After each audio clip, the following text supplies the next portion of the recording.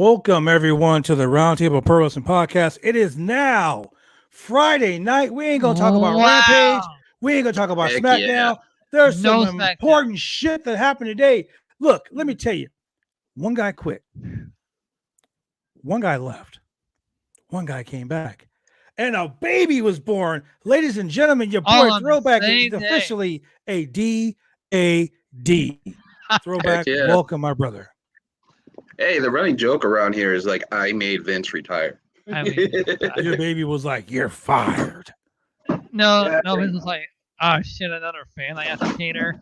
No. Damn it, I gotta retire that WWE Universal title because this kid's coming after it. Legit. Vacant was gonna take his job. Hey, I've already stated on it, and I've joked with you about this. If my son becomes a WWE, whatever they call it at that time, because years down the line. Hey, now it's with his name, wrestling. Right? His name's got 3 wrestlers' names. It just so happened just by accident, and we realized this. His name would be Brody Daniels. Brody Daniels. Brody Sheamus Daniels.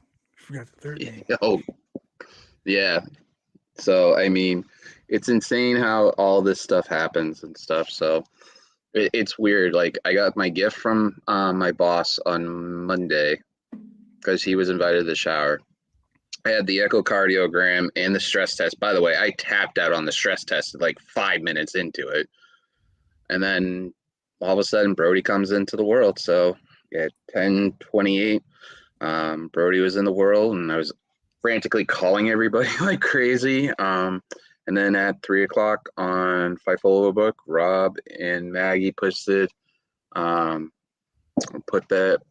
first, not very first photo because we did, but very first like podcast photo on a stream. Where's the photo at, brother? Let's put that. Let's get it in. Let's put that photo up here, man. It's in the on my Twitter too, dude. Bro, we're talking about live on the podcast right now. Yeah. Let's show the I'll baby. Get it. That dude said, "Congrats, Throwback." Congrats. Yeah, man. Congrats. I'm pretty sure he meant congrats, but whatever. Congratulations.com. So look, man. Craziness happened today. Craziness. A baby was born, and look, 70. I'm gonna say this right now before it goes any further. I fully expected Vincent Kennedy McMahon to fucking die as the WWE CEO. Chairman. I expected him to never, ever, ever give up power. Welcome in to the chat. Hello, Victoria. Never, ever, ever expected Vince to give up. And look, Vince McMahon retired as the WWE Chairman CEO. He announced it today on Twitter. He said that his daughter Stephanie was going to take over, and the current president, Nick Khan, will be taking over, and they will be co-CEOs. Oh, boy. Look, Nick fucking Khan, he masterminded this whole thing. He masterminded this whole plan. He was like, look, Stephanie, we got to get rid of your fucking dad. He's about to have some serious issues right now. They're about to take him to the woodshed. So we need to get him the fuck out of here. And that's what she did. But wait a minute.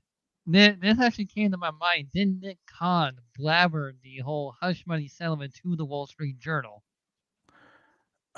There's no proof of that. Hey, the Vince probably told Nick Khan, he's like, you better keep your mouth shut about this. And Nick Khan will be like, yeah, sure, I will. Well, look, Nick Khan is a fucking businessman, bro. Yeah. Nick Khan's the one who dismantles freaking businesses and stuff like that. Who are you kidding?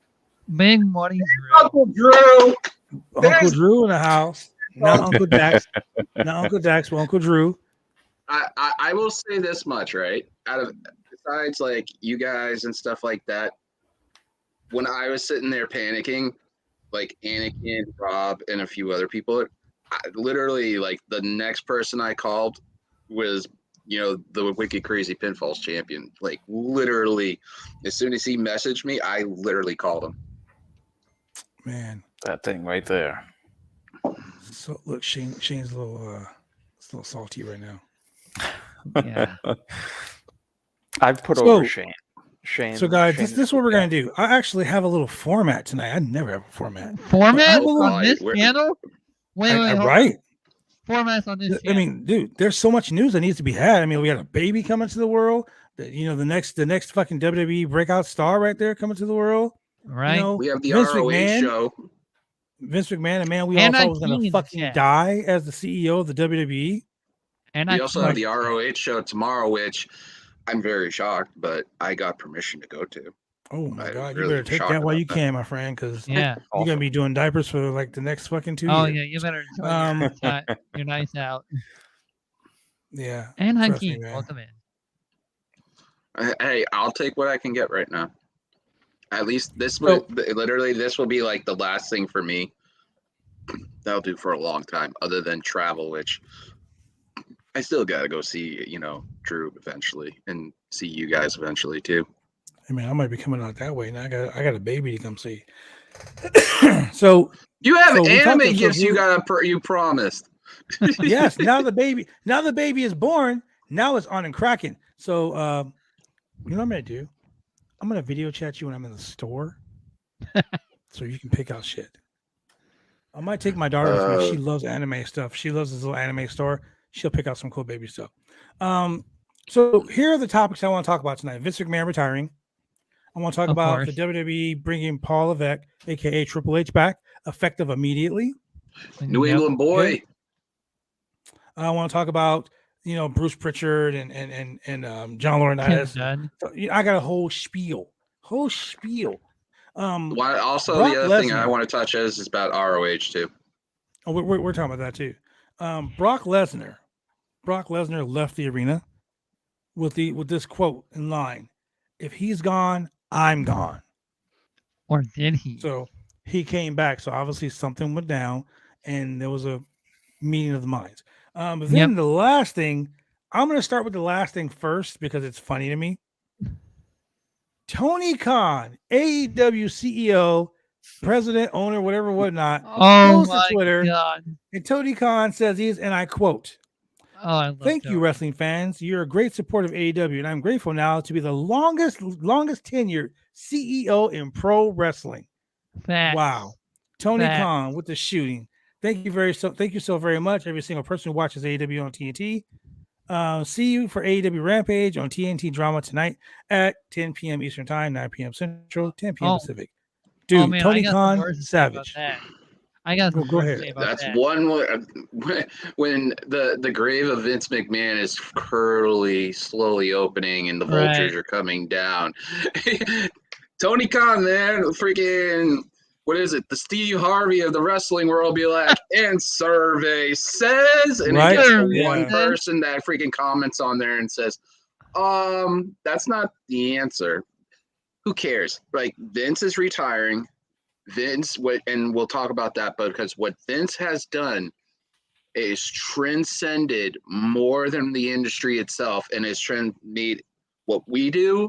It's made a lot of things, and everybody kind of forgets because AEW is about 3 or 4 years old now, where WWE was WWF, and that company has been there since his father's been there, and now his daughter his son-in-law run the company now pretty much with Nick Khan. Hold on 1 second. I want to say thank you to Haya It's Victoria for subscribing. Thank you very much for becoming a Slamtastic Slammer here on BodySlam.net, the RoundTable Pro Wrestling Podcast, live here on the Twitch channel. Drop some bits in there, ladies and gentlemen. Let's get these cheers going. Drop them bits. Drop them bits. Drop them bits. Let's go. All right, so okay, cool. I just saw your message, Drew. Sorry. Yeah, me too. Okay. So let's go back and let's talk about Vince McMahon retiring. Okay. Oh yeah, but first, I got something to say about the Tony Khan tweet. Hey, go ahead. The WWE Sims are literally taking that as a serious threat, and it's funny as hell. Well, what I was trying to say is that AEW's been around for 3 or 4 years at this point. Everybody is like ready to pounce on WWE. This is a company that's been in existence for about over 50 or 60 years now, going back to his father. So, I mean, let's take everything in a grain of salt. Let's see what, Hunter and Steph and Nick Khan can do before we decide to like jump off and be like, oh my God, it's the end of the world. WWE is like dead. Like I've seen tweets where people saying, oh, they're gone, they're dead. This. Oh no, this week come with a clear head and go like that. Tony Khan is definitely growing. I know that, but the tweets I've been seeing after that is like, oh, WWE is dead. Kill that. AEW rules. Look at that. They won all this. Let's wait and see. Okay, because so I've always just said, like today, I've always said on this channel that I will shit on a product if it's horrible. I don't favor AEW over WWE, Ring of Honor, Impact Wrestling, New Japan, All Japan, Joshi's. I don't favor anyone over anything. I'm a very straightforward, black and white type of guy. If it fucking sucks, I'm going to tell you it sucks because the fans deserve it. They deserve truth. They deserve some realness. They don't deserve some sugar-coated, pandering. I'm going to be the guy who's going to tell you what it's like. And for me, being someone that actually has been in the ring 30 years, abusing my body, I actually know what goes on in the ring. So I have a very perfect inclination of what people are actually feeling inside the ring and behind the scenes because I ran a company for 15 years. I totally get it. Vince McMahon retiring does three things. One, it opens the market for WWE now. Yeah. And I say that because Triple H has always been like, yo, I'm all about Forbidden Door. I'm all about bringing wrestling, not entertainment, wrestling to the forefront. Triple H took NXT, and I was discussing it with somebody at work today. NXT's pay-per-views are their, what do you want to call them? Their takeovers were better than some of the fucking big shows. Yeah, they were. They were better than some of the big shows. So you gotta take that with a grain of salt. Triple H as a wrestler, not as a businessman, not as a fucking media mogul, none of this other bullshit. As a wrestler, Triple H took a product and made that product matter. So you got John Laurinaitis, you got Bruce Pritchard. John Laurinaitis is gone. He's gone. But you got Bruce Pritchard, Triple H, and a dozen or so agents backstage. They can make WWE, in the words of Donald J. Trump, great again.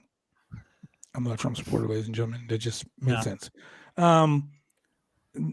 They're making it to where people they have the power to make the show watchable.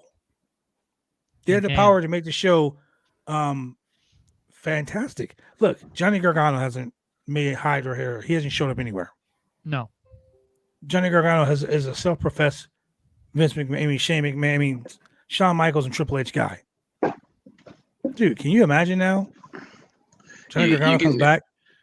I'm already going to put this because I'm the NXT guy that covers for this stuff, and Drew was the co-host for a while.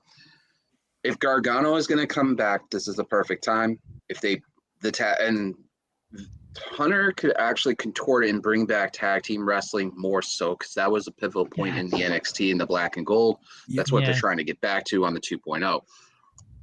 Gargano being there with Ciampa, they bring him back DIY as one of the major names to go after the Usos. That is a huge thing because there's somebody fresh, there's money there, there's something different. Now, the question I've been asking people is that I've asked a few people, is this going to infuse some of the black and gold era? And a lot of the answers I've been getting, I've sent this in a super chat. Drew probably saw it today with Sean and Joel and stuff like that. Yeah. The answers are where I'm getting, for the most part, are just like they're believing that there will be some infusion of the black and gold.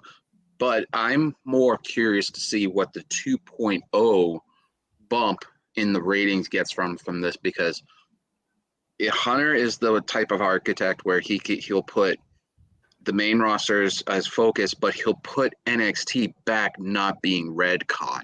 So 2.0 could possibly, and I know people are going to jump on me for this, and you can yell at me on Tuesday about it and go right ahead. I have a feeling Braun Breaker is going to face eventually, if Hunter does this right and does not retcon 2.0 and puts it back on even kill like they did originally in the black and gold era, it's different eras, but this could be a possibility where Breaker comes in and they do a different version of NXT's Invasion and calls out the head of the table. Now, this is for me something that I've thought about deeply, because if you have an undisputed champion and he's not carrying one of your brand's titles, is he really undisputed? So nope. Breaker could literally turn around and say, Roman is not the undisputed champion in the company because I have a title he's never had. Roman's never held the NXT title at all in the history of his career. That is the one caveat that he has never had. He has not had Money in the Bank. So those are the two elusive things to get him, in my ideas, his career, his legacy solidified. But to say he is the best of the best, that nobody can touch him in an era where he is supposed to be the most dominant force ever in wrestling, he kind of isn't. And I know people are going to jump on me to that, and I'm fine with that.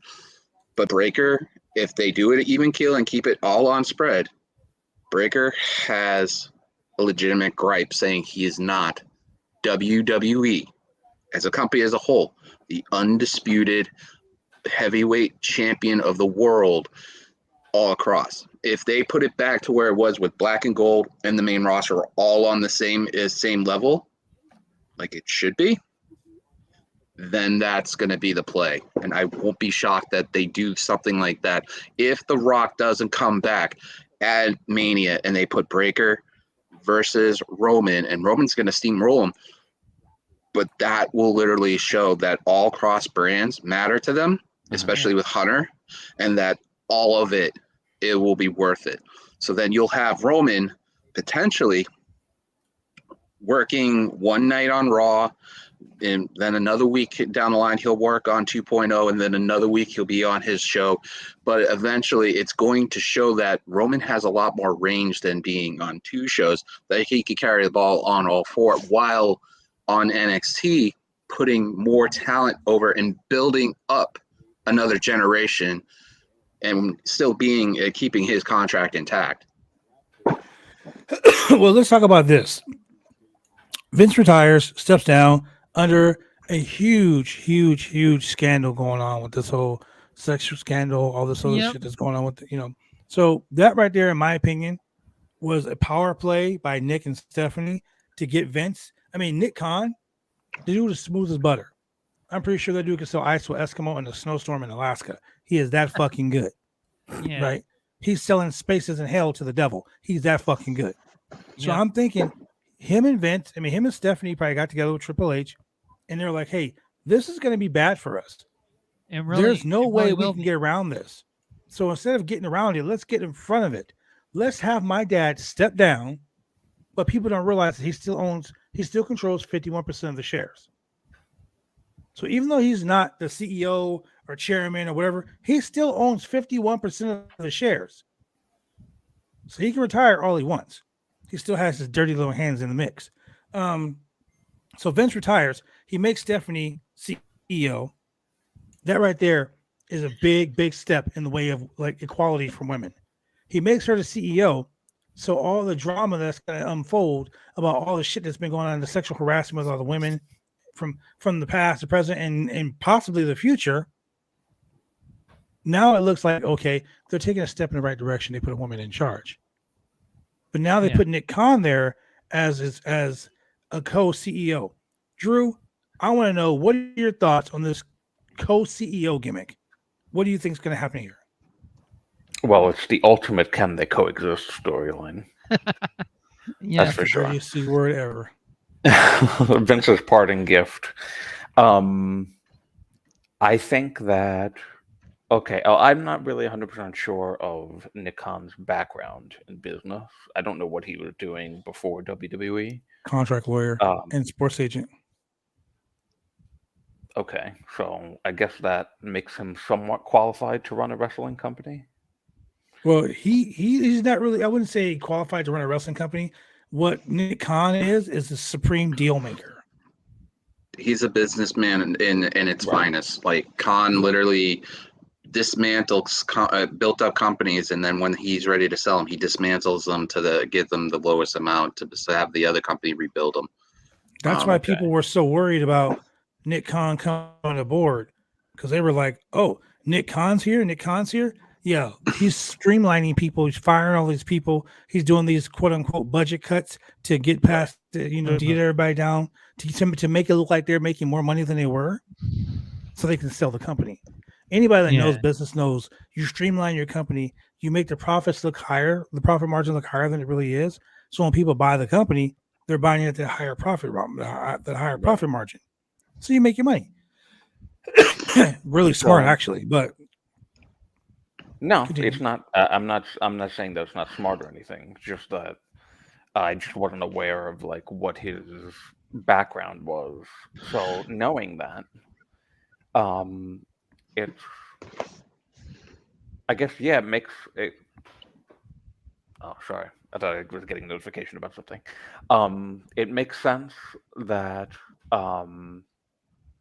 he would be the one that was brought in to, and really it was when he got brought in that all the budget cuts started happening in the pandemic. Because I think he just came in right before the pandemic, right? Yeah, he came in to fix things for the pandemic. Yeah. So, okay, so that makes sense, I guess, for him to be around doing that.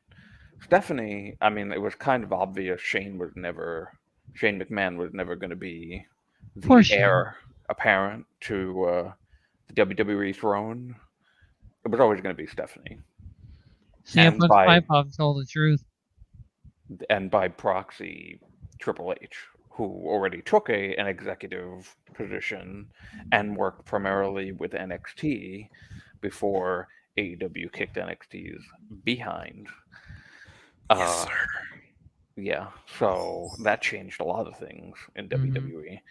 But I'm not against Stephanie being the CEO. I think that actually makes sense because she, aside from Hunter, she's really the only other person that's been around with such longevity in the company.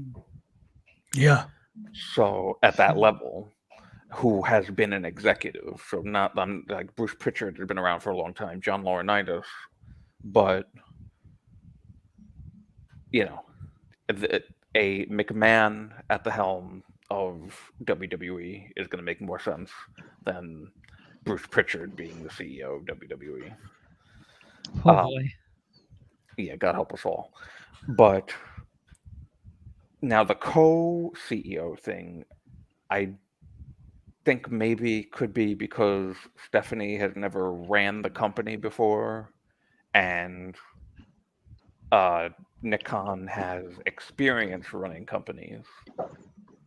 So basically, she'll be like training to do this. If what you're getting at, yeah, right? Like he's there to be the problem solver for her while she learns. That does make sense. Yeah, it really does. That makes a lot of sense. She's never been one to run the company. She knows the ins and outs of the wrestling industry, but the business industry, when it comes to contracts and all those things like that, maybe she's not so hip on that. So having Nick Khan here as someone who is business savvy, but more also of a shark. Business material. But give Stephanie her due because she originally was ahead of the product side of it, so she knows contracts, she knows business and stuff like that. Mm-hmm. But it's a different breed being the person on the top, where you're the person like close to the top. Nick Khan has had a history of dismantling businesses and rebuilding them and then selling them, like you said. That's why for me, a lot of these quarterly calls are interesting because something's going on. About to go down. And I think with Hunter now in there, I think there's going to be shifts because Stephanie's there. There's been some interviews in the past that one of their daughters wants to have Vince's spot eventually. So I mean, they could just, no, they have 3 daughters. So one wants to be a wrestler, wants to be in Vince's spot, and the other one. So I wouldn't be shocked that the oldest that wants to be in Vince's spot, they start having her gradually get into it, slowly, like Shane did and Stephanie did. But the bigger question about this is not the business aspect about it. It's the, production aspect and the creative aspect. Because right now, besides Hunter and Pritchard, you have Paul Heyman sitting at the sidelines, who is one of the, even though it's a little crazy, he is the most minds in one of the the most whole great thing. mind in wrestling history. It's so funny you say that too. I truly believe that if they're smart, they will utilize Paul Heyman. Yes. I think Heyman. I tweeted earlier when Paul showed up on Smackdown. Oh, hey, it's hopeful new head of WWE creative, Paul Heyman. I think he'd be wonderful at it. Wasn't he head of creative before as well, like in the pandemic era? He was co-head. When he was doing it during because they took one show and they took the other. Yeah. When he was doing it during the pandemic, that was like so much fun to watch, and I really hope that they consider getting Bruce Pritchard out and putting him in there. And don't get me wrong, Bruce Pritchard is a smart man. He knows the business. He's been around for many moons. But in the grand scheme of things, when the WWE, when NXT and when WWE were ruling the roost, when there was no one that could touch them, it's because of guys like Heyman, who brought in guys and brought in like top-notch guys and made them stars. The one thing, my biggest problem with the WWE right now is that they don't make new stars. And the new stars that they brought in were guys that Triple H brought in, like Theory. Triple H brought Theory in. Yeah, the young guys that they brought in are the ones like Triple H brought in like Nikita Lyons. Triple H brought in. Go ahead. But did Hunter bring one of the Usos, Solo Sikoa? He did bring Solo Sikoa. Yep. Yeah. So I mean, there's a lot more there that they're bringing in too. I mean, look at what they're trying to do. Tiffany Stratton wasn't a Hunter person. That was just like, one of their regular tryout talents that they had. But I mean, I love that chick. I think she's fucking amazing. Her gimmick is annoying, and people hate her, and that's what she's working her gimmick. She's working her character to be such a snobby bitch. Yeah. They brought in Karen Q. They brought in Karen Q. They made her fucking a sleepy fucking, nighttime girl. She's over. That was a Triple H fine. Triple H wanted her from a Ring of Honor. Hell, Roxanne, whatever her fucking name is, Roxanne Perez. Yeah, she was a Ring of Honor Women's World Champion. Triple H was like, "Yo, I want her." Here's my thing about what you were saying about Bruce Pritchard. Now, while Bruce Pritchard is a good mind for the business, he's a Vince guy. Yes, definitely. And that's like, we all go back to, we've probably all thought a lot about, oh no, the porn bots are back in the Fightful chat. Oh no. It's ridiculous what's going on with those porn bots lately. But they'll be in our chat next. The thing about it is that the promo heard around the world in 2011, with that mentioned the company being run by the idiotic daughter and a doofus son-in-law, and Vince McMahon surrounding himself with douchebag yes men. Yep. Handing yes men. Yep. What I said before today was the only way that WWE really becomes fully watchable for me again is if Vince McMahon's hands are off of creative.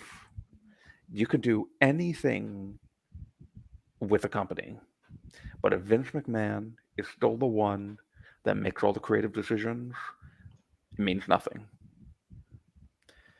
Having Vince picked people who do Vince style booking, still doing that stuff with Vince McMahon gone doesn't really change that much, because in the end of the day, they know what Vince likes. I think I don't remember, Sean Ross Sapp or somebody either today or I've heard that that Bruce has like a piece. I don't know if it's like a bracelet or something. Like, what would Jesus do? Is the classic thing. But what would Vince do? Yeah, Vin Diesel do. Huh. So Bruce is very much in tune to the style of booking of Vince McMahon, as was John Laurinaitis with his practices, and those types of people. Thankfully, John Laurinaitis is out already. Then the other name that we haven't mentioned yet, who hasn't been involved in a scandal, Kevin Dunn. Get rid of that fucking guy quick. Yeah, I said people, Kevin Dunn's about to go bye-bye as well.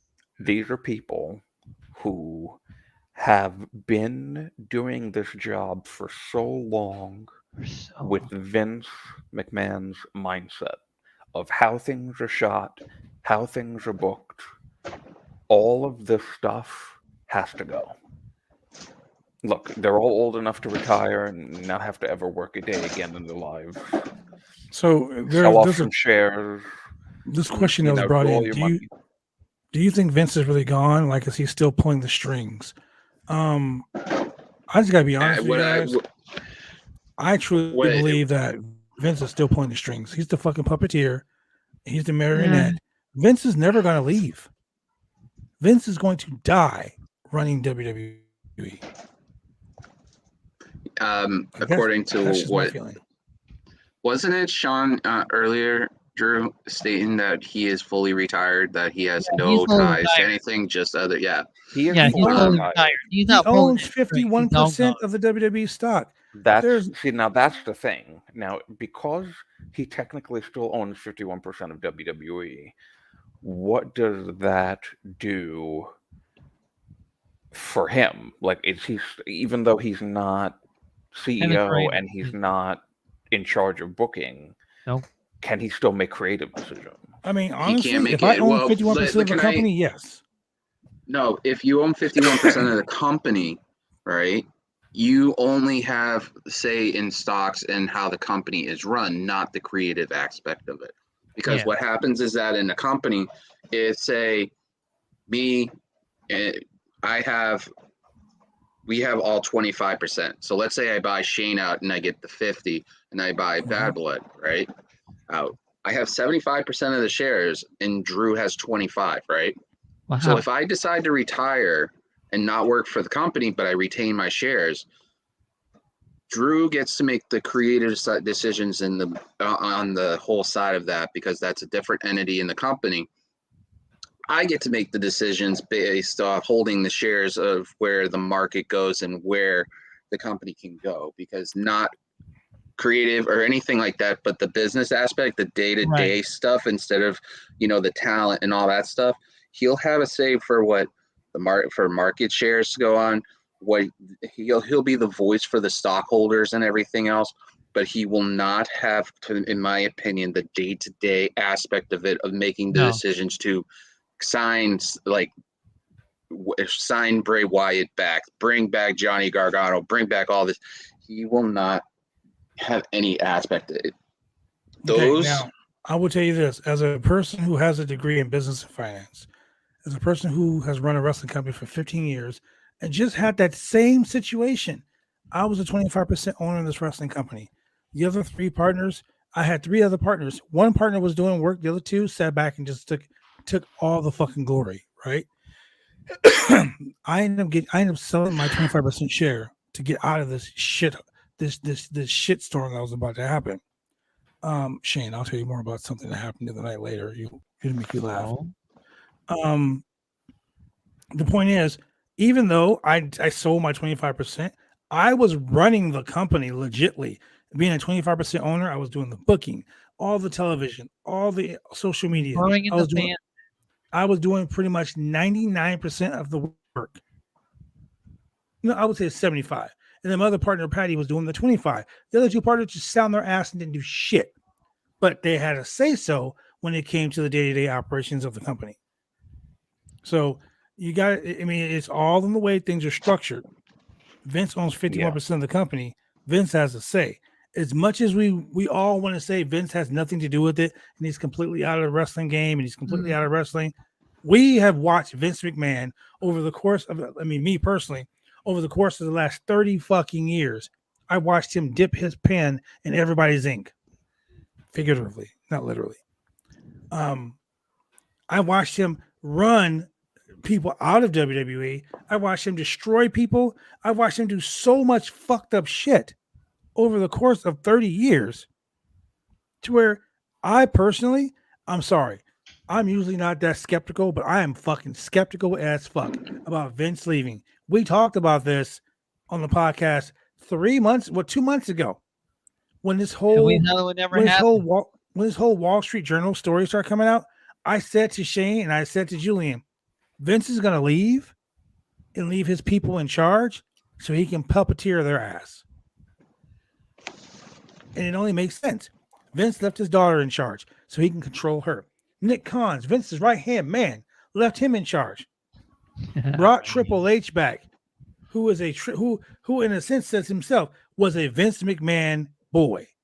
Look, like Ani says, someone can't just walk away from that kind of power. True shit. You think Vince is just going to be like, hey, pal, I'm going to go ahead and give all my fucking power away. I'm the guy who was like, fuck WCW. I fought for years to buy WCW and to ruin ECW. You think he's just going to just like... buy all territories. Yeah, I destroyed the territories. I destroyed the NWA. I did all of this just to be like, all right, guys, I'm going to retire now. I'm 77. Here, take the business and do what you want. Hell no. I wasn't seeing it that way today, but I have, like, in reflection and hearing you talk about this, I feel like what it could be then is not that he has ended his role completely, but that he's maybe, and hopefully, my hope at least, is that if it's not a full-on, he's done and has no hands in the cookie jar for anything involving WWE, at least he's getting phased out.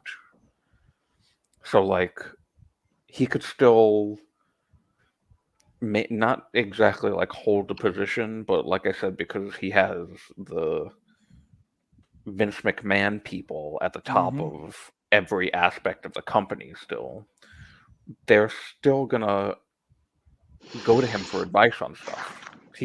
They're still technically going to listen to something he says as if they were his boss.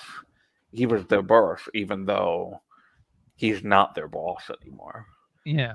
So you need to have people in control of production, of creative, as a CEO, who are going to take a new vision for the company. And, you can't really tell that from Smackdown tonight. Although it was interesting that there were... I watched Smackdown tonight I watched it a couple of weeks ago when I wanted to be on I think it was last week, when I wanted to be on the podcast that you guys were doing, but then it ended up being on Saturday. Before then, I don't remember the last time I watched it. Probably was like the Smackdown after WrestleMania. Smackdown after Mania. So tonight it felt a little different, and I don't know if that's because of what happened today, but like Xavier Woods mentioned Ring of Honor and IWGP tag titles on commentary. Yep. And they never do. Never, ever do. They never mention anyone's past in wrestling history until today. They have mentioned IWGP before. In 2016. Like when AJ Styles came in and the Good Brothers. But because they had no choice. Yeah. Right. They don't let talent do that. And Ring of Honor was just purchased by the AEW CEO Tony Khan. So for that to get mentioned on WWE programming, hold on, can you play that comment right? The Nation Kick fan. Is that actually true? Hold on one second. It says Vince is like a mob boss, blood in, blood out. That is so friggin' true. That is that's the truth in the booth. I hope that is not true. What Detonation Kick fan said. Is it true? Call up. Wait, call podcast. So anyway, so like I was saying, no, I'm definitely never ever going to go to Google and look at that. I'm 100%. Let's see. I'm going to Google right. I know people, you know, like I get don't all do it, like, Shane. Don't do it. Don't do it, Shane. Don't go down the rabbit hole. I don't look at that. But seriously, I actually don't look at that stuff. Even though he's very attractive and I would love to see what he looks like naked, I don't seek out that stuff. I don't look at that stuff because that's somebody's private stuff, and for that to get leaked is disgusting. Unless he's. But yeah, so he because what was that? So unless he has an OnlyFans. Then he's selling it, and that's perfectly fine. He's like, oops, I'm sorry. I accidentally leaked my penis pictures online. Oops, I'm sorry. You can go find them at onlyfans.com/Finn Balor. So you know what happened? He said, oops, I accidentally leaked my demon. I unleashed my demon. You're a sick guy. I have had a not personal experience, but my mom worked for an accounting firm in Manhattan where the head of the company stepped down and his son took over the company, but he still had a position within the company and was getting paid very handsomely as like an advisor to the business doings. It was a family-run company. So I don't see that this is like the same type of a thing that's happening, because Vince saying he's retiring, it makes you think, well, that means he's just fully done 100%. But that's just right now. We don't know what's going to come out later into the evening. I mean, there's more Wall Street Journal. There's more Wall Street Journal stories coming out too, so you never know. Oh yeah, right. It's that bad. So my thinking is that somebody went to him and said, listen, more stuff is coming out, probably worse than what we've heard already, because if it was just the regular, I paid $7 million for hush money and an NDA for covering up an affair, I don't feel like retiring from the wrestling business is the right step. And definitely not the step that he would take, considering he himself, I saw somebody say this on Twitter today, Stephanie McMahon came out to announce Vince McMahon retired, while for the past 2 weeks or so after the Journal posted that first article, he was coming on TV himself, and he was gonna praise and clap. Woo! Yeah, he and as Sean Rossap reported on Select back then, went after that first initial thing. I think it was that day or the day before the Journal posted that story, and then he was on Smackdown, and he does the Together Forever bullshit promo. And Titus O'Neil told a bluntly lie story about WWE. Shit. And Sean reported that he went backstage and just said, fuck him. Yeah, he was like, he was not at all in any mindset of, oh shit, this is bad news, I shouldn't be on TV, I shouldn't be in the company right now. He was going about business as usual.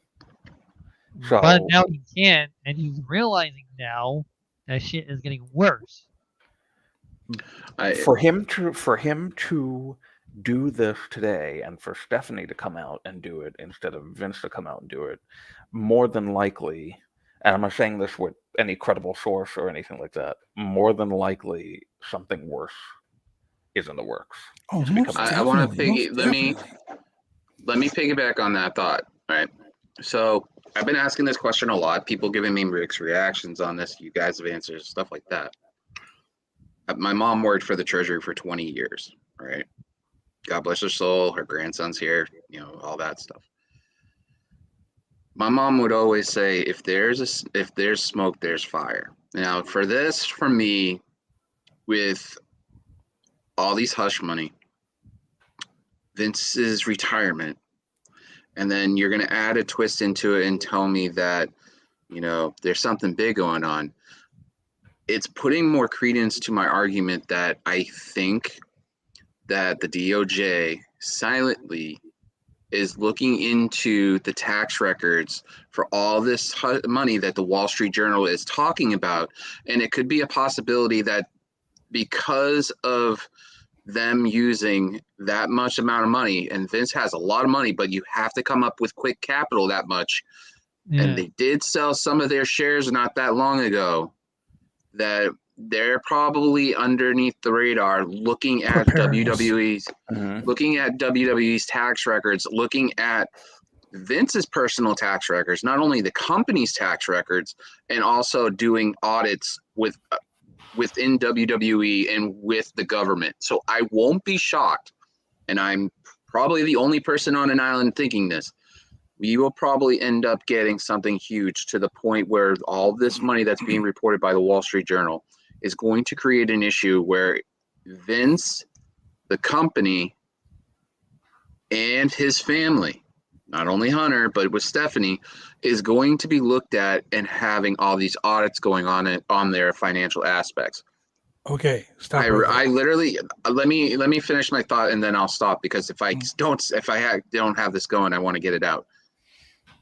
I think Hunter and Stephanie will be safe. I think that side of the family. But when it comes to this issue with all this, I think that they're going to end up trying to put Lee. It's because Linda's out of the equation because of the fact that, you know, she's not a government. I think she's still not a government official, not. But because of her, if she still is, the whole thing of asylum does not count for Vince. It only counts for her, not the family. He still has to be accounted for what his actions were. So I wouldn't be shocked that we hear stuff about taxes, how the government is auditing it, that the Wall Street Journal is looking at these reports possibly underneath. And I won't be shocked that we will end up getting the DOJ putting out there saying Vince McMahon is being filed against charges for tax fraud, and then is going to be frauded and for like this amount of money for these reasons. I wouldn't be shocked. Not even that, but I want you guys to think about this for a second.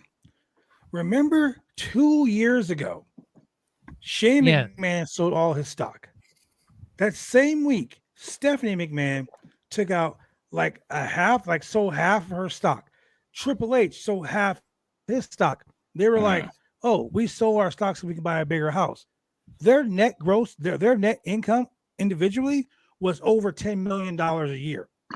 So I'm sorry, if me and Drew got $10 million a year each, that's $20 million fucking dollars. Why the fuck are we selling off our stock to make some extra money to buy a house? That's some bullshit. Now, if you think about it, that's some bullshit. Okay, then Nick Khan comes in. Nick Khan starts getting rid of all of these people, just random people. You're like fucking Oprah Winfrey. You got fired. You got fired. You got fired. Just firing motherfuckers left and right. Budget cuts.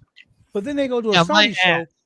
They go to a Saudi show where in one Saudi show they made more money than 30 fucking WrestleManias combined. Yes, true. So you aren't hurting for money.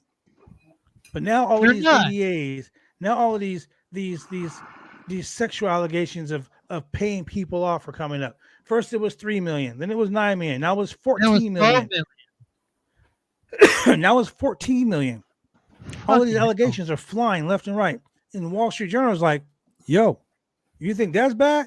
Hold my beer. Really bad. There's more. Oh, my beer. So last week, Vince was like, "Fuck him." I'm Vince McMahon. Damn it! I got the biggest grapefruits of them all. I'm the genetic randomly today, he's like, "Yo, I'm gonna go ahead and just hand this shit off. I'm gonna fire off into the sunset." Not only is there smoke, but there's a goddamn forest fire right now going on, and the WWE is getting ahead of it by bringing Stephanie back, by promoting Nick Khan to co-CEO, by bringing Triple H back. The morale backstage was so shitty. People were so upset about this whole thing. So what do? You bring back the guy everybody fucking likes. Triple H was quoted saying this today. It was announced. WWE today announced the effective immediately, as in fucking now, Paul Levesque will resume his executive powers, his executive position as executive vice president of talent relations. Triple H said this: "I look forward to returning to my prior position as head of talent relations. I'm healthy, fired up, and ready to take charge." Okay. That says to me, shit's about to change, because now we're going to try to make this the best fucking product possible, because we know that we're going to get looked at by the DOJ, the IRS. All these people are going to come after us because Vince can't keep his DNA off these NDAs. It's like, like Triple H said it once in an interview. Yo, that's Vince going to be Vince. And then there's a rumor going around that if Vince showed up late to fucking TV, I wonder who's Vince. I wonder who's under Vince. Like that's a common occurrence backstage. People who work for WWE, I'm not gonna throw any names out there, have talked to me personally saying that, working at WWE, if you're a female, if you're a hot female, Vince will take great pleasure into getting to know you, and if he doesn't like you, then your job is fucking pretty much over. Especially if you're a blue-eyed apple pie America blonde, such as yourself, you'll get pushed to the moon straight up. And you're a veteran. Yes. Like somebody currently on TV right now. Yes. Mixing what you said and what you said together about DOJ and selling off stocks. One thing that I always had in the back of my head when stuff like that came out was two words: insider trading. Yep. Yes. Which is illegal. Yes, it is. And people sell off stocks when generally they find out something's going to happen to make the stock go down, which brings the price down. So we're going to sell it when it's at its peak before the drop. Antitrust laws. So could that be possible? Could the DOJ find that? I don't know. That's a real good fucking point, to be honest with you. And ladies and gentlemen, we're not accusing anyone of these things. These are just allegations that we're bringing to light. These are just our hot takes, what we think might happen. They do not affect any interest of bodyslam.net. Yeah, they do not reflect anything of RoundTable Pro Wrestling Podcast or bodyslam.net. There are our opinions and our opinions alone. I don't work for this company. You can blame everything on me. Yeah, Wicked Crazy Pinfalls there. It covers us. Blame it on Drew. Yeah, so it covers Drew now because it doesn't affect Wicked Crazy Pinfalls. That's right. So earlier today, WWE officially told the world that Paul Levesque, Triple H, was coming back to work. They tweaked his job title from Executive Vice President, Global Talent Strategies and Development, to EVP of Talent Relations. Based on that, the wrestling world made some assumptions and asked some questions about a number of things, as reported by Fightful Select. No crap, just sap. Sean Ross Sapp. Based on that, those things, the moves were being seen backstage as confirmation. John Laurinaitis, who was once again done with the company, no longer suspended without pay. He is done. You're fired, Johnny Ace. Johnny Ace had to call himself in fucking Future Endeavor himself. That's how bad it was. He's gone. He's also a two-time talent relations exec. So we all said this when the shit went down, Johnny Ace is gonna be the fall guy. We all know Johnny Ace is gonna be the fall guy. We said that before, but now Vince is kind of just like how the plane ride from hell, Tommy Dreamer got taken the blame when it was all Ric Flair's fault. But look, Bruce Pritchard, another Vince lieutenant who's been running talent relations lately, has had his job duties reduced, and he is, he was placed on, he was in charge and was placed when Laurinaitis was placed on administrative leave. So with all of this shit going on, Bruce Pritchard might be out the door too. Triple H talent is happy backstage that Triple H is back. One star was questioning why he was ever moved out of the position in the first place. Think about this, man. He's been seen backstage as being approachable, relatable, likable, not one of those yes men, not one of those guys that'll give you the "we'll see later" answer. He either says what he's gonna do or does what he's gonna fucking say. Like that right there is gonna change the game for people backstage in WWE. And the other person, I see what you did there. The other person who was reported the same thing, well liked backstage and high morale for their appearances, Stephanie McMahon. Yep. So for Stephanie to be CEO and for Hunter to be EVP Talent Relations, you'd think, hopefully, that's a positive sign. Now, time is going to tell when it comes to Bruce Pritchard, when it comes to Kevin Dunn, all the other people, Nick Khan, the Vince people, if they can take the direction of right now Bruce is still head of creative, so he's doing the shows the same way that Vince does them. But if Stephanie now, who has influence and can say, hey, we want to do this differently, we want to do that differently, and then, Stephanie goes to Kevin Dunn and says, stop with the fucking zooms and camera cuts. Yeah. We don't want to do that anymore. We want to do something different. And they don't agree with that stuff, then they have to be removed, and then Stephanie puts in her own people, which I hope and pray that happens. I do. Let's just say this much, and this will be the last thing I want to say about this, and listen to everybody else. Vince leaving and all the people that Vince berated and talent-wise, like there's been reports, I think, of him saying with, Wyndham Rotunda, he was berating him every single time he had a shot at him. Yes, so I won't be shocked that all these people that he basically just literally sent them on their way, and like the whole Pat McAfee thing in the interview, they're like, oh well, they're dead weight. All those people that Hunter absolutely loves that are not under contract or still in negotiations with WWE, that Hunter's going to take over in center phase and then go from there. I won't be shocked that you see Johnny Gargano come back. I won't be surprised if you have Bray Wyatt decide to come back, because he's a Hunter guy. Let's just leave it at that. He is one of Hunter's, things. I won't be surprised that you'll hear who's a Hunter guy. Gargano has already stated that he was a Hunter guy. Shout out to Chemical Julian. Let me tell you guys, ladies and gentlemen, Chemical Julian did a run in from friggin' Costa Rica. Costa effing Rica. Your boy is in the house. Chemical Julian. Look, man. Look, Julian, you've been gone, man. The shit hit the fan. It hit the fan real big. Like it's shit everywhere. Right. So we he was born on top of it. Yeah. Oh, hey, Julian. Throwback's the new dad.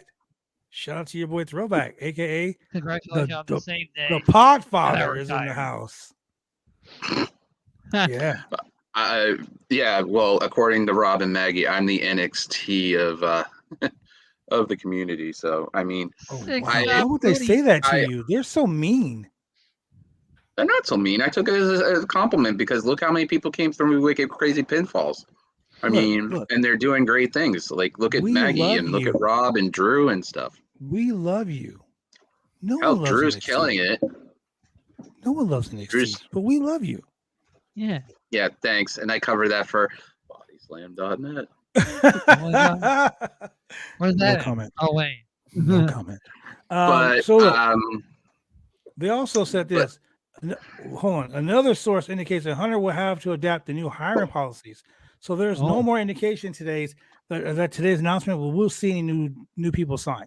So basically, that nil bullshit is gone. We're gonna start seeing indie wrestlers get jobs again. Nice. I don't know. Waste your time training. I'm gonna be honest with you. I don't know if the NIL program goes. I think that probably stays. To be honest. No Gable Stevenson. What I think is that the program that they have for bringing people in, right, for like college and stuff like that, I think they contort that and put it back to the old way at the. Thank you. Yep. I think they changed it up and they're gonna actually go back to where it is with the Performance Center. Is kind of like developing like a secondary tier of developing everything else. So it's interesting to see where it's all going to end up. But man, I can't wait to see like Johnny Gargano and freaking Tommaso Ciampa going against the Usos and actually trying to take those. Not only this, return of this guy, possibly at SummerSlam. That's a lot of cram in about a couple of weeks. Well, because he changed his bio today, and it was a quote from Vince McMahon. Yeah, he did quote Vince earlier. He did quote Vince. If the Brock news that came out ended up panning out and he actually didn't come back, I think maybe Bray Wyatt would have been the thing for SummerSlam. I would love to see Bray come back as like a hybrid version of both him and the Fiend. Yes. And like the Wyatt family version of the Fiend, like a hybrid version of that, because these promos that they've been setting up have been really good. These ones where there's no verbal, it's just all visual, has been really good, and I've been excited for that stuff. But if there's a litany of people that, you know, Hunter absolutely puts his neck out for and stuff that are active wrestlers. So I won't be shocked that we see Gargano trying to come back now that Hunter's back there. You know, people who are contracts coming up, they might want to stay because Hunter's here running everything. You know, you're going to have Hunter and Sean together again, possibly changing over the 2.0 to make a new version of the Black and Gold to extend it, to make it a lot better. Bring this back. Get rid of that ugly colored title. 3.0, but only better. Yeah, I think that they'll strip the 2.0 moniker and they'll go back to the original NXT moniker. That'll be the best case scenario for NXT. Because right now, I'm kind of sensing we're kind of all in denial of thinking that he's still in charge somehow. And we just need to wait and see on how things plays out. I think that on the main roster, you're going to see a lot of good things. Everyone was expecting a really hot fire SmackDown tonight. No, this shit takes a lot of time to get better. It's not going to get better. It ain't going to happen overnight. Yeah. I'll tell you though, you know, aside from Woods mentioning Ring of Honor and IWGP, it did feel, the commentary felt a bit more natural. I noticed that too. Cole sounded very not over the top, like he normally would be. And I don't know. Now I don't know if that's because, you know, they're just reeling from the news that just came out today, or if they know what's coming. I don't know if that changed anybody's morale for the show, where he wasn't as boisterous and shouty as he normally would be. But he felt Vince is in his ear screaming at him. Yeah, well, I got sense from watching tonight, he was a bit more relaxed and not like, oh my god, talk to Jabber John because there's no more old man screaming in his ear. I think one of the other things that'll happen is Heyman will be doing they'll be doing it like they were with the pandemic, but they won't have like musical chairs and stuff. I think Heyman will be doing the SmackDown side of things because he's already there with Roman, so that makes sense. Pritchard will probably do Raw, and him and Sean will focus on rebuilding NXT. There's so much good talent that they have there. It's insane. I mean, it's just interesting to see, because me covering it and stuff like that and talking about it, what they could do with this talent. Hell, we might get rid of that model thing that LA Knight's doing and just have him don't do it. as Don't do it. LA Don't Knight. do it. Shane's gonna get mad. No, Faction Horror's gonna get mad. I'm okay with it. I'm okay with Triple M. I'm okay with Triple M. All right. Well, at least it's not a blue chew for Shane. Well, no, because you know what? Like they brought two wrestlers that they weren't doing anything with, and they're making it work. They're making it work. So if they're making it work, don't mess it up. Okay, have you seen the 2.0 for freaking, recent? No, what is it? Joe Casey's freaking faction, the Dyad. No. Have you seen who the Dyad is now? It's just grizzled young vets. Grizzled young veterans. Grizzled young veterans. Oh. I tweeted because I saw it on Tuesday. I wasn't watching NXT, but somebody posted the picture of the clean-shaven grizzled young veterans. Right. And will Vince retire by tradition on his back, counting the lights? No. No, Vince will not do that. Vince is going to retire, and not to a judge. Vince is going to retire. He's going to retire under some DNA because of all these NDAs. That's where he's going to retire. When I saw the picture of them clean shaven, I was like, wow.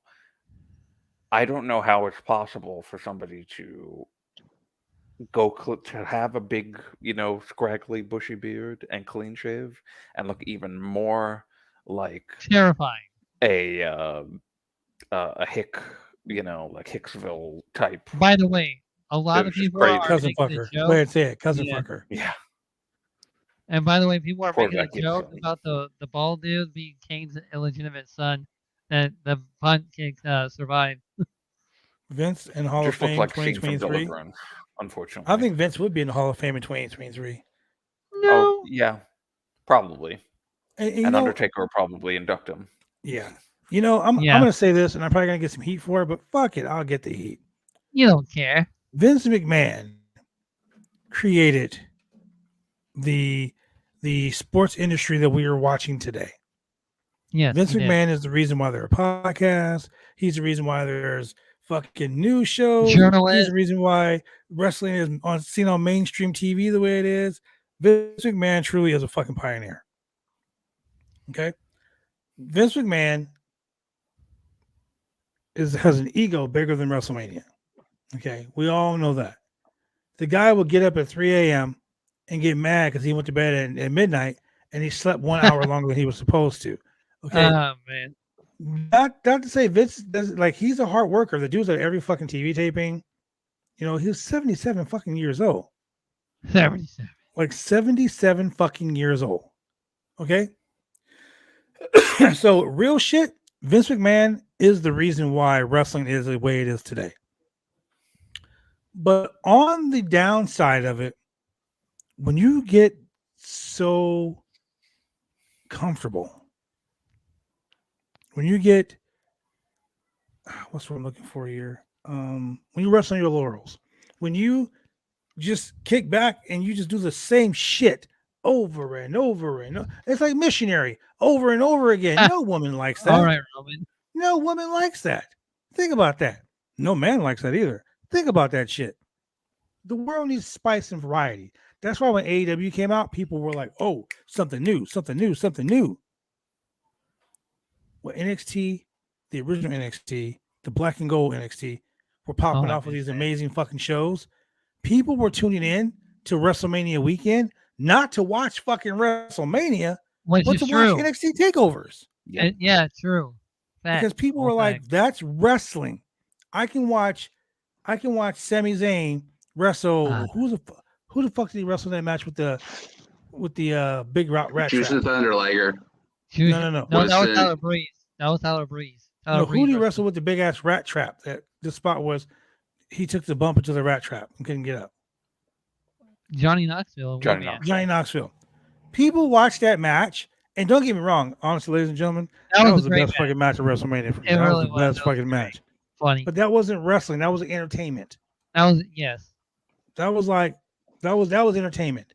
the best wrestling match that weekend was on NXT because that was wrestling.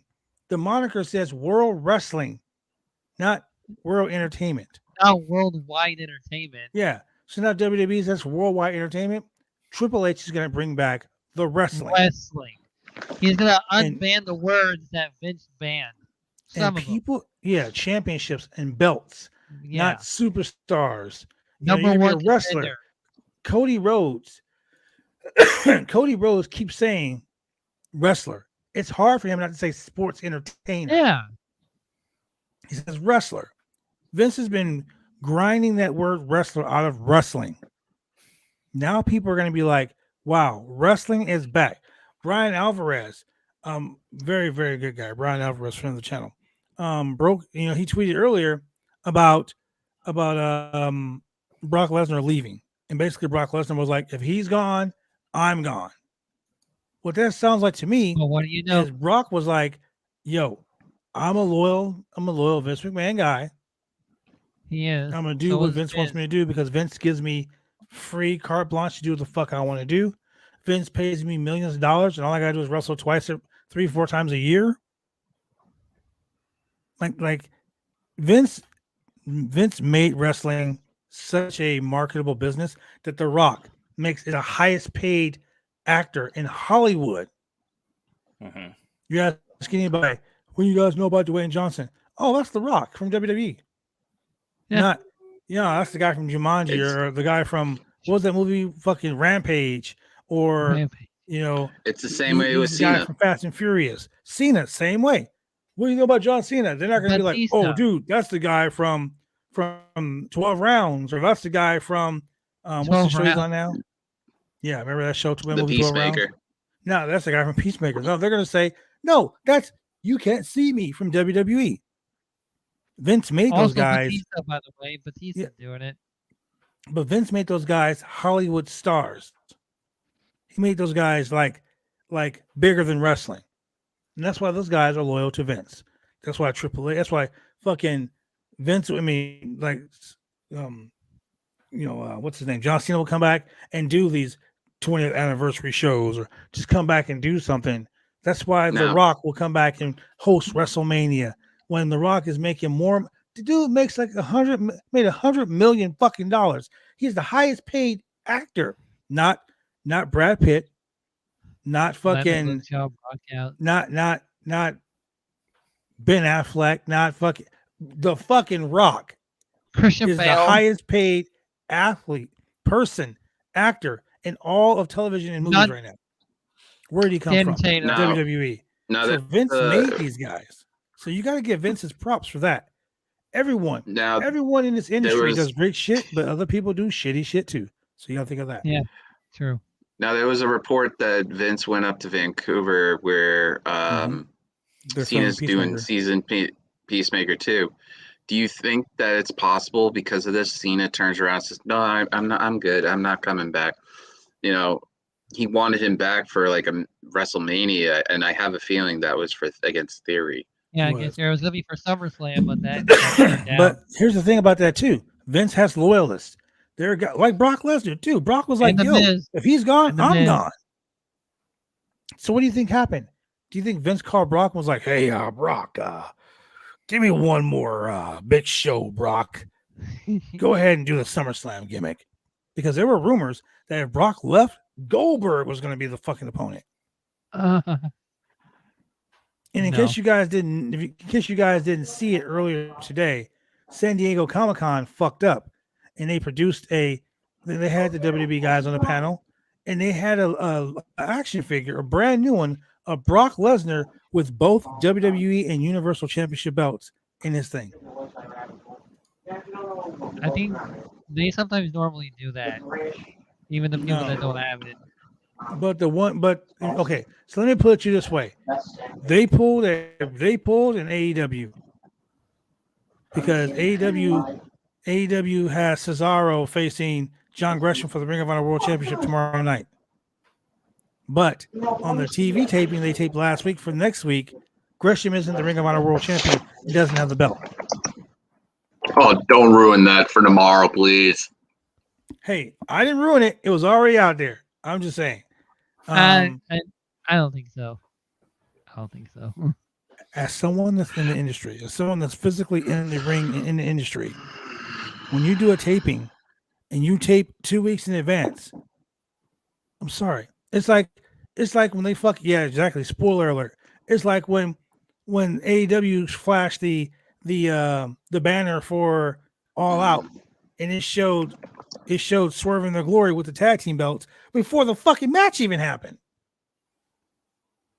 So that right there told me Swerving Their Glory will win the belts. So I don't know. Maybe things will change. Brock is back, apparently. Maybe Triple H got in his ear and was like, hey, man, we're going to go ahead and do this for Vince one more time. The game. You know, who knows? I cannot wait to really find out what happened. Because there's just there's the reports that now people think this was all a work, and then the wrestling journalists are getting worked because everybody's an idiot. Yes, Julian. But I'm very, very interested to know because what's his name? Brian Alvarez did tweet that he left the building and they had to get him to come back. And now, what was the reasoning behind it? What was not the reason of him leaving, but what led him to come back? What brought him back? I don't know. I'm going to be real interested to find out. I wonder if that's going to come out at some point. Because, like when Brock threw the belt at Vince backstage. At Vince that time, we didn't find out about that until later. So yeah, he threw the Universal Belt at Vince and said, "Fuck you, I'm out."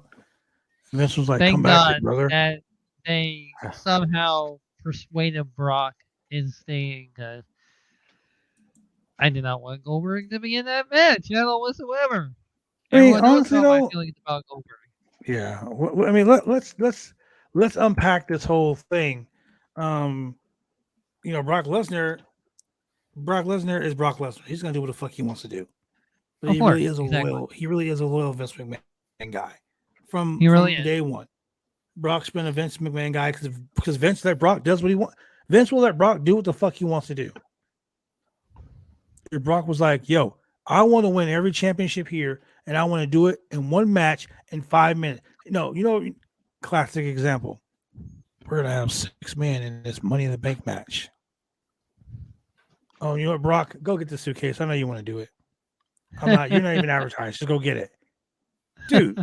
In any fucking Money in the Bank match ever. Remember when Carmella won the women's Money in the Bank? Who helped her? Yes, that fucking chinless guy, James Ellsworth.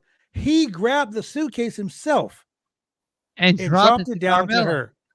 So if the person who grabs the case, even if you're not in the match, if you get the case, that means you're the Money in the Bank. So that means James Ellsworth was the women's Money in the Bank winner. That's what happened with the Miz and Otis. The Miz freaking grabbed the Money in the Bank and then dropped it down to Otis. Same shit. Yeah. So do you guys honestly and truly believe that Brock Lesnar was going to be gone? No. Let's talk about this. No. What do you think Vince said to Brock to get him to come back? Because it had to be Vince. Do it for me. No one else is going to talk to him. One more time. Do it for me. I think it must have been. It must have been Vince. I think it might have been a combination of Vince and Hunter, because Brock has gone on record stating, and I believe he has, but I'm not 100% sure, that he does respect Hunter. He's a loyal Vince guy, but if Vince says, "Hey, listen to what Hunter says," and he listens to him, and it all works out, there's an also saying that a lot of people I know around here say, "Money talks and bullshit walks." Yeah, I mean, yeah, it does, but it's true. In this situation, Brock's got all the fucking money. Yeah, Brock's got so much money from the WWE right now. Brock don't need whatever Triple H and fucking Nick Khan are gonna offer him. Brock got cheese now. Brock has all this fucking money. All the cheddar. He's got more cheese than they do at the Tillamook Cheese Factory. Brock is, if I remember. Let's go. Colt Cabana just announced that he's going to be there tomorrow. Yes. I've never seen him live. That was one of the names on my bucket list. I already knew that. He's going to be there. He's one of the 4 people that are going to be on the show that weren't advertised. I'm excited for tomorrow. Yeah, and you're going to hate me because guess what? I will be there live. Look at me on Throwback and going to Death Before Dishonor. Yeah, I'll be. And the funny part is that I got. I was gonna get like 4 or 5 tickets, and I was gonna give one to Drew, so he didn't have to pay for it. Oh, no. Well, I will say this. My friend. You go and you enjoy. You fucking enjoy the show. Yes. You enjoy every second of it. You know why? I'm jealous. Because you won't be able to go to a live event for the next 18 years. No. Actually, you're wrong. November. I heard you have a sitter for a weekend for a reason. Yeah. That's why you hire a sitter. But after November. Yeah. Just don't hire Shane. So what I'm wondering is, I watched Brock on Pat McAfee's show when he was on a couple months back. He had fun. And yeah, it was actually a very great thing. So I remember, like, not the whole thing, but one of his things that he had said was, how like he's a very reserved person. Like he goes on that farm and he wants to just be on that farm with the animals and whatever he does up there, hunting and whatever. He just wants to be there. He wants to veg out and be private and whatever. Now I'm wondering. I wonder if you're thinking maybe where I'm going with this. This was already a changed main event from what was supposed to be. This was supposed to be either Cody or I think the report was, and we mentioned this on the last show that I did with you guys. Yeah, it was Randy Cody versus was supposed to, I think, do it before he got injured, but then Cody also got injured. There was like a whole lineup of the summer of what was going to happen. Yeah. Brock was not the main event for this. He wasn't. So he had to be goaded back into doing this, and then Vince retires. So now if I'm Brock and I go, I just did this for him and he's not going to be here anymore, what the hell am I doing here? Exactly. Yeah. Which is what was reported. He said backstage, it was like, these were his exact words. Yep. If he's gone, I'm gone. So wow. That does ring true. I mean, Drew, that's a very valid point. It really does.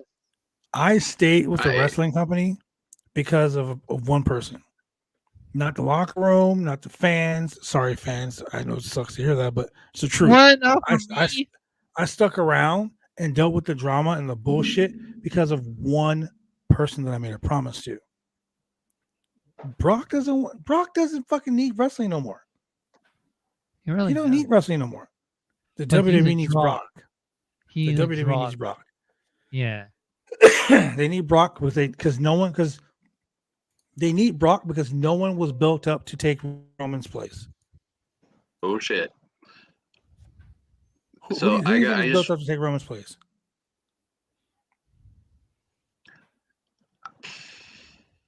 Not Drew. I thought he was going to say something, but I guess not anymore. Throwback, did you have something to share with us? Somebody just tweeted this, and this is kind of interesting, and I thought about this, right? Because we were talking about Vince's retirement. What happened 28 years ago today? Oh, yeah. By the WCW? No, it was the... Armageddon? He was cleared of all charges for the steroid trial. Oh, yeah. Right. Oh, shit. I was like, oh, shit. How funny he retires on the day he gets freed from the government. Woohoo! Right. Somebody mentioned that in the Fightful show earlier today. Like, oh shit, that because I had no idea what the date was of that. That's wild. Some may say karma that comes back That around. is. Vince deserves all the karma that he gets. Honestly, he really does. King and Indy says Brock is the most loyal Vince guy, but Vince is going to jail. But you know who else is a loyal Vince guy? The Miz. The Miz is also a loyal Vince guy. He'll do what Vince has said and anything with that. You know who else is a loyal Vince guy? Corey Graves is a loyal Vince guy. Oh yeah. He's a real loyal Vince guy. I think he even tweeted like when Brock came back, like he was like, "Oh, they said that he was gone," or some stupid bullshit because he's such a bootlicker. But yeah, so that's what I think. I think because I'm thinking like if I'm Brock, he had to be brought back against his will, pretty much, just throwing a chunk of money to come back and do this match at SummerSlam with Roman for the 17th time. And he didn't want to do it, but Vince maybe did like the thing that he used to do to CM Punk. I'll owe you, pal. Oh yeah. And then Vince, yeah. And then so he decides to come back, and then these stories come out, and then Vince retires, and then he goes, "Well, I'm out. Goodbye." No. Look at this right here. Do you think it's a work? Do you think Vince is backstage like fuck Wall Street Journal? Well, he was. No. He said that when the first story came out. Yeah, but now he's like, I'm done. I can't take this anymore. No, it's definitely not a work. Because they were not posted on the company site. Julian says, is Pritchard's job in danger? Probably. I mean, I would say so. I would definitely say so. Because he's also not a right-hand man of Vince. And I'm gonna suck by saying this, but you know how they went to NXT and dismantled the Triple H regime? Yeah, completely. I can see Triple H like, I'm back, bitches. You're fired. You're fired. You get a fire. You get a pink slip. You get a pink slip. Future endeavor. Now we messed up. Oprah Winfrey. It's lose your job for Oprah. Yeah. Yeah. Right. I'm gonna hire. Remember how they used to do it back at Impact Wrestling? Feast or fire. No one really knew they were losing their fucking job or not. Yeah. And that's why we have all the ex-Impact wrestlers here in WWE right now.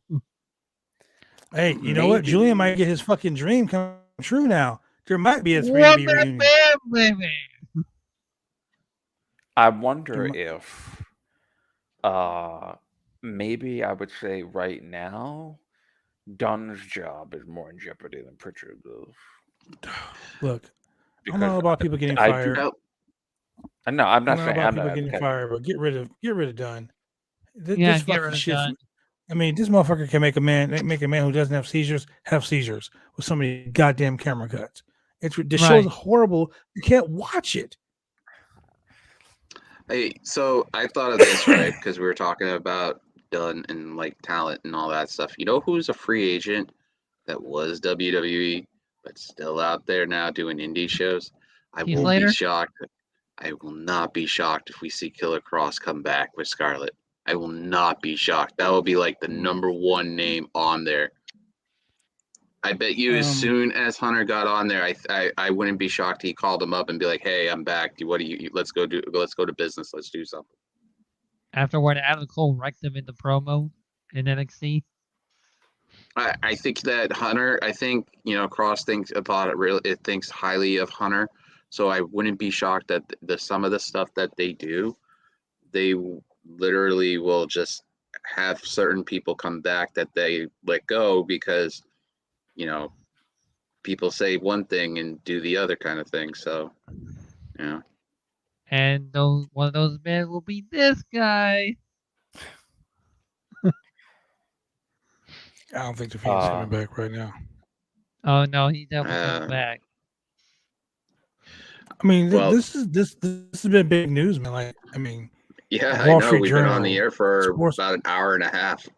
Oh yeah, Sports Illustrated, give the Ascension another shot. Yeah, honestly. Sports Illustrated, like all these people, man, all these people have been talking about Vince McMahon's retirement.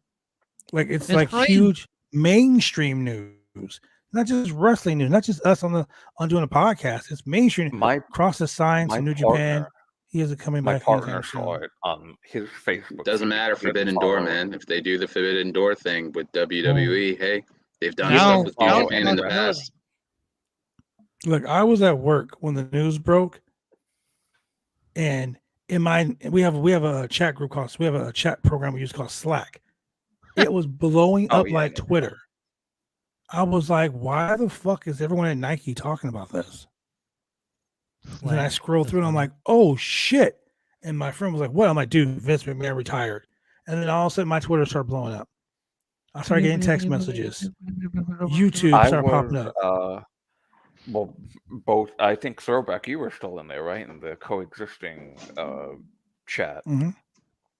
When Rob and Maggie doing coexisting on Fightful. I was in the chat for that, and then I was in there listening while I was dealing with everything. It's like one of those "where were you" moments when you found out. So I just got home and I saw the picture saying 77 time to retire. I'm like, nah, that's Photoshop. But I went to Vince's Twitter itself, and it really said it, because you know how people like to Photoshop saying Vince is retired and all that shit. Yeah, but this was Code Red. Shane was like, if Big Daddy Sean Ross Sapp didn't say it, it didn't exist. And then Sean Ross Sapp said it. I was like, oh shit. I could tell you exactly where I was when this happened. I was in the Nick unit, playing with Brody's foot just to let him know I was there. And I come back, and all of a sudden I look at my phone because I left it there, and I'm like, oh shit. Think of it this way. Think of how interesting my day has been. From the time I got off the phone with Drew to the time I left there. And my whole world's been like insane. Yeah. You really had a crazy day today. Yeah. You had an amazing day, bro. I'm so proud of you. Kiss your girl. Tell her congratulations. Tell her we love her here. And check your congratulations. DM. And bro, like, congratulations. That's the biggest. Yes. This is the biggest job you'll ever have in your life, being a parent. Trust me. It changed my whole fucking world. Hey, check your DM. You asked for them. Brock What's the private one or on Twitter? Oh shit! It's not a conversation that we've had offline about docking or.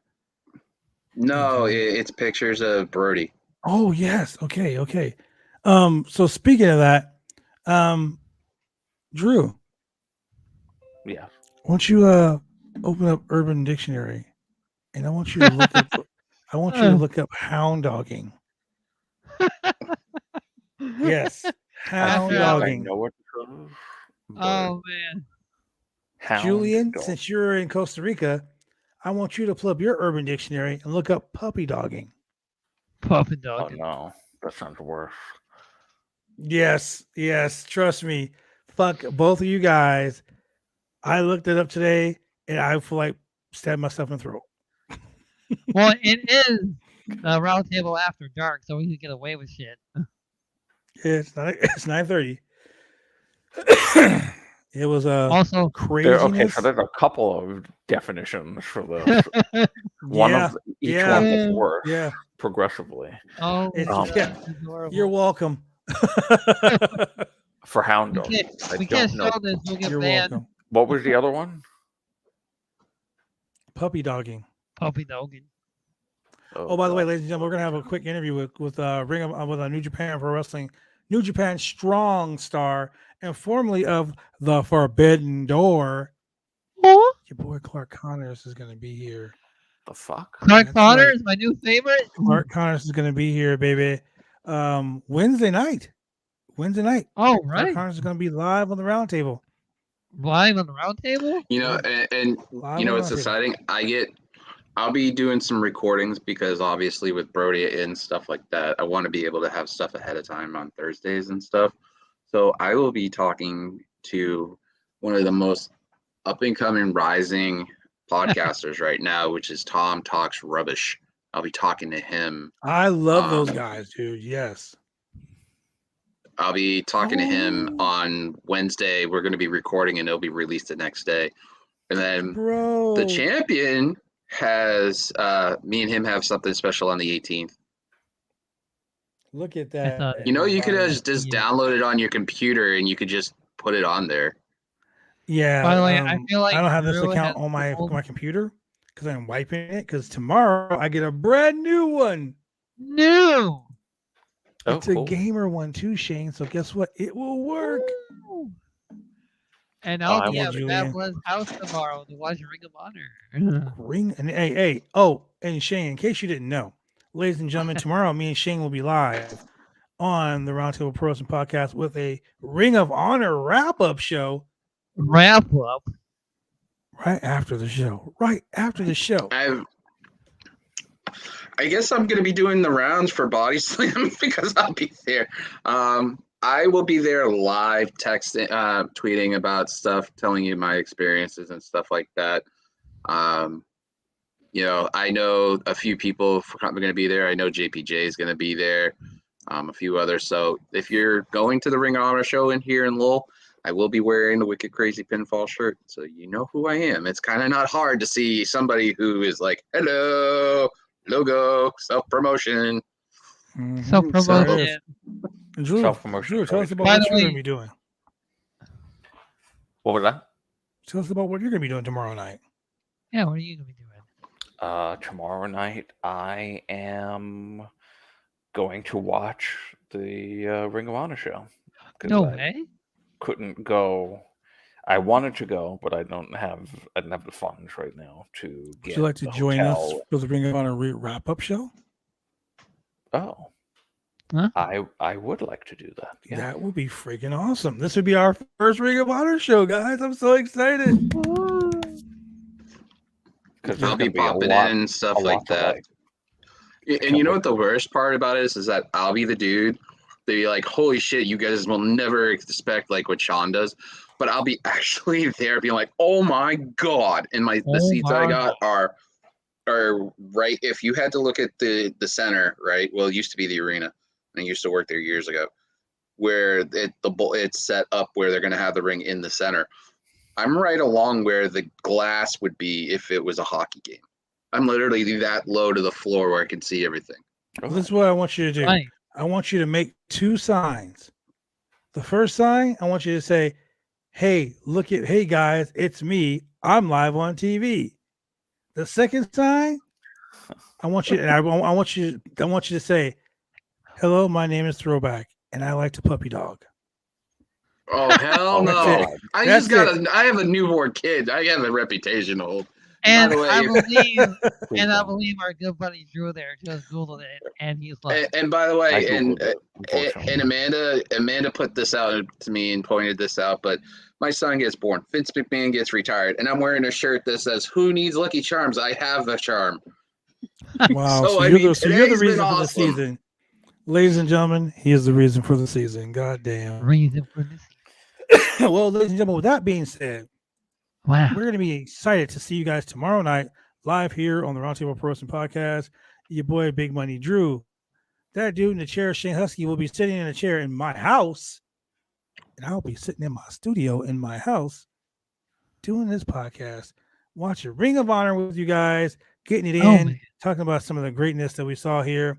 Talking about the baby maker, not the pain maker, the baby maker, your boy Throwback, the new daddy. Ladies and gentlemen, go find him on Twitter, find him on Twitch, go like, click, and subscribe, high five, handshake, slap him on the ass, get game coach, all that good stuff. Because he is now going to be a dad. And ladies and gentlemen, he ain't going to see sleep for the next 9 months.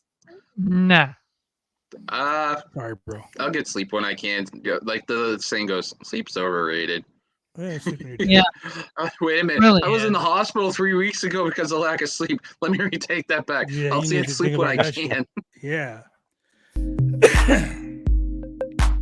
So, Donkey. That being said, ladies and gentlemen, thank you very much for joining us here live on the Roundtable Pro Wrestling Podcast, brought to you by Smackdown. for your boy Throwback, the new daddy, Big Daddy Throwback. I got one last word, and I'll say this because I hadn't get to say this to you. Do a good deed, pay it forward, because everything in life can be great no matter what it is. Do something for someone else, because what's important to you might not be important to somebody else. And if somebody's having a bad day, open that door, buy them a coffee, do something great. Again, do a good deed, pay it forward. That's the shit right there, ladies and gentlemen. I'm your boy, the franchise, for your boy Shane Husky. We will see you guys live tomorrow night here on the RoundTable Podcast.